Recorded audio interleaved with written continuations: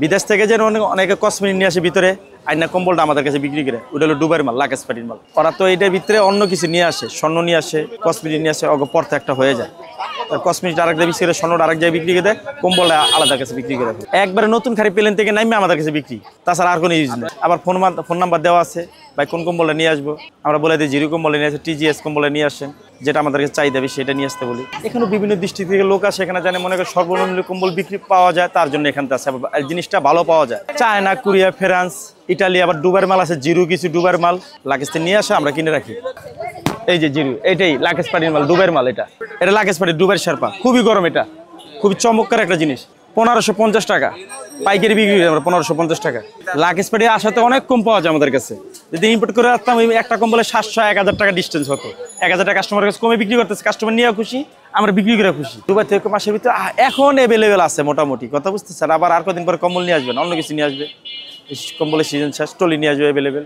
Dubai থেকে লাকেশ পাটি ছাড়া অন্য দেশের থেকে যারা আসে এরা কম্বল নিয়ে আসে না, তারা কম্বল 10টা-5টা আমাদের থেকে কিনে নেয়, আত্মীয় স্বজন গিফট করে। ওই দেশ থেকে কম্বল কিনতে গেলে একটা কম্বলে 6000-7000 পড়ে যায়, আমাদের 4000 টাকা হলে মোটামুটি একটা ভালো কম্বল পাওয়া যায়। আবার চায়নার মধ্যে আছে না, দুবাই থেকে ভালো কোয়ালিটি চায়না আছে, ওগুলো সুতার একদম যেটা সফট হবে ততটাই গরম হবে। সফটের ব্যাপার স্যাপার আছে, সুতা এলে ব্যাপার স্যাপার। শুক্রবার দিন হইলে এখান থেকে সারা বাংলাদেশ থেকে লোক আসে এখানে কম্বল কেনার জন্য। আবার এখানে সবকিছু কেনার জন্য সস্তা। এটা আমরা বিক্রি করো 2500 টাকা, সাইজ অনেক বড় সাইজ, কিং সাইজ, মোরা স্পেনের কম্বল।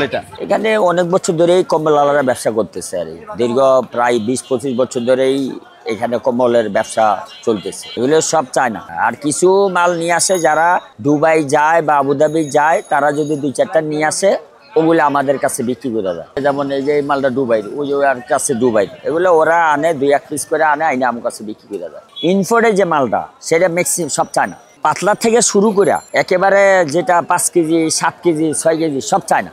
সর্বনিম্ন দাম হচ্ছে আমাদের কাছে চায়না 2000 টাকা।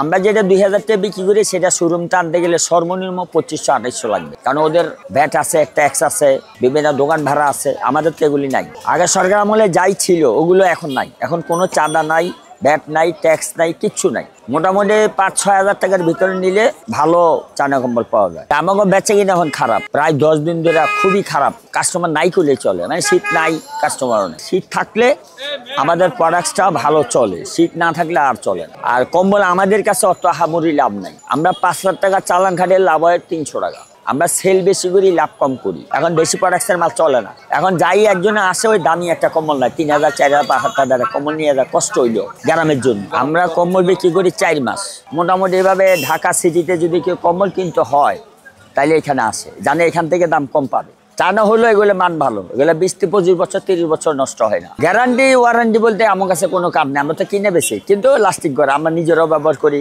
আরো অনেক কাস্টমার নিচে আগে, তারা বলে যে না জিনিস ভালো হয়েছে।